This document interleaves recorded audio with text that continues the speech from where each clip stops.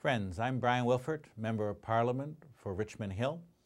I want to speak to you about the current situation that is going on in Iran at the present time. As Member of Parliament, I have not only sent out press releases, but written the Chargé d'Affaires for Iran in Ottawa, indicating very strongly my concerns with regard to the stolen elections that occurred on June the 12th.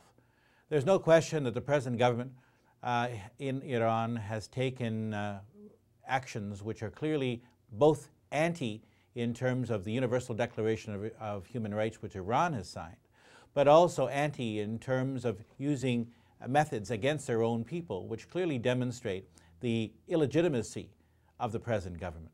In my letter to the Chargé d'Affaires, I indicated very strongly that Canada objects to these methods, that Ahmadinejad clearly has lost the faith of the people of Iran, and that Canada needs to take very strong action against the government in registering our concerns with regard both to the election and to the clear violation of human rights in Iran.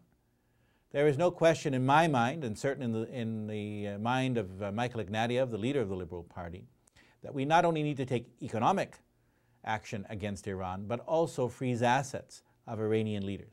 I was very disturbed a few months ago when the Vice President of Iran was able to come to Canada on a private visit.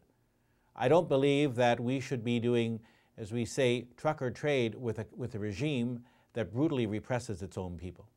Clearly, the demonstrations that have occurred in the streets of Tehran and other cities across the country demonstrate the real view of Iranians. And Canadians at home must look at the current situation in Iran as their struggle. Human rights is a universal issue, whether Iran or whether Burma or any country in the world. Canada has always championed human rights. It's been a central tenet of our foreign policy.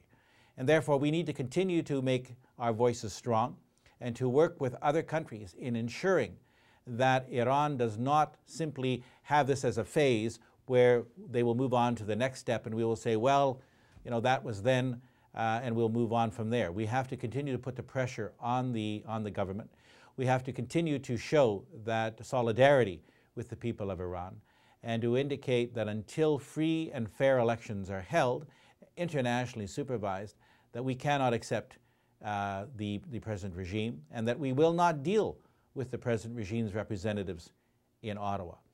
Again, I believe that we need to send that strong message both to the people of Iran, also to the Iranian government, to our friends and to our allies. And as the Liberal Member of Parliament for Richmond Hill, I want to assure you that I continue to work with the people in my own community, with our party, with our leader, and obviously with like-minded individuals who believe strongly that human rights, the rule of law, is absolutely critical.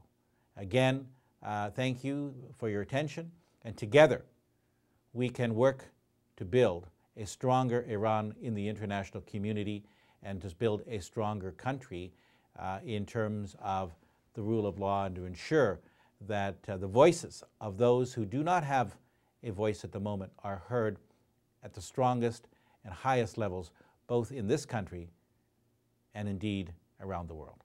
Thank you.